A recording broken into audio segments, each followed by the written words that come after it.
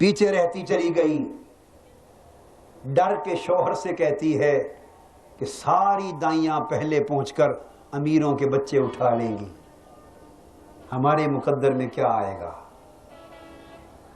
کہ شوہر حارث کہتے ہیں کوئی بات نہیں،